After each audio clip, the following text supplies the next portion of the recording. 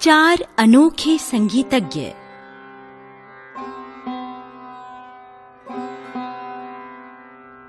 एक बूढ़ा गधा था। उस गधे के साथ उसका मालिक अच्छा व्यवहार नहीं करता था। वह गधे को बात बात में मारता और दुत्कारता था।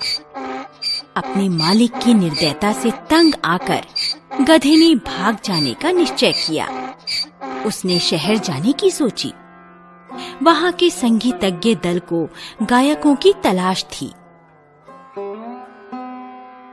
गधे ने सोचा कि उसकी सुरीली आवाज सुनकर कोई भी उसे रख लेगा। जैसे ही वह सड़क पर पहुंचा, उसे एक लाचार कुत्ता मिला। उसका शरीर घावों से भरा था। उसने कुत्ते को भी अपने साथ ले लिया। अगर कुत्ते का भौंकना अच्छा होगा तो वह भी संगीतज्ञ दल में शामिल हो जाएगा। यह सोचकर गधा और कुत्ता आगे बढ़े। थोड़ी दूर चलने पर उन्हें एक बूढ़ी बिल्ली मिली। वह बेचारी अब चूहे पकड़ने लायक भी नहीं थी। वह भी उनके साथ चल दी। वे तीनों खुशी खुशी आगे बढ़ने लगे। थोड़ी दूर चलने पर एक खेत आया। वहां उन्हें एक बूढ़े मुर्गे का दुख भरा रोना सुनाई दिया। उन तीनों के पूछने पर मुर्गे ने बताया, कुछ लोग मुझे मारकर खाना चाहते थे, इसलिए मैं जान बचाकर यहाँ छिपा हूँ। उन्होंने मुर्गे को भी अपने साथ ले लिया। वे सारे काम की तलाश में एक साथ चल पड़े। रास्ता लंबा था और रात हो गई थी। वे चारों एक जंगल में आ गए। जंगल बहुत घना था। उनकी समझ में नहीं आया कि वे कहाँ छिपे।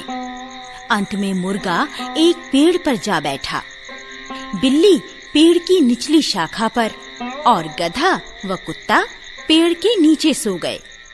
अचानक मुर्गे को पेड़ों के बीच से कुछ रोशनी नजर आई। रोशनी एक झोपड़ी में से आ रही थी।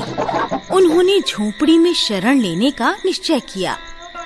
जब वे झोपड़ी के पास पहुँचे तो गधे ने खिड़की में से झोपड़ी के अंदर झांक कर देखा। झोपड़ी में कुछ डाकू बैठे थे। वे अपनी लूटपाट का माल बांट रहे थे। मेज पर स्वादिष्ट भोजन परोसा गया था। भोजन को देखकर उन चारों के मुंह में पानी आ गया। वे चारों जोर जोर से गाने लगे। गधा रेंकने लगा, कुत्ता भौंकने लगा, बिल्ली म्याऊ म्याऊ करने लगी और मुर्गा कुकड़ों कू करने लगा। चारों की मिलीजुली आवाज सुनकर सारे डाकू डर गए। भूत भूत! इस तरह चिल्लाते हुए वे झोपड़ी से भाग गए।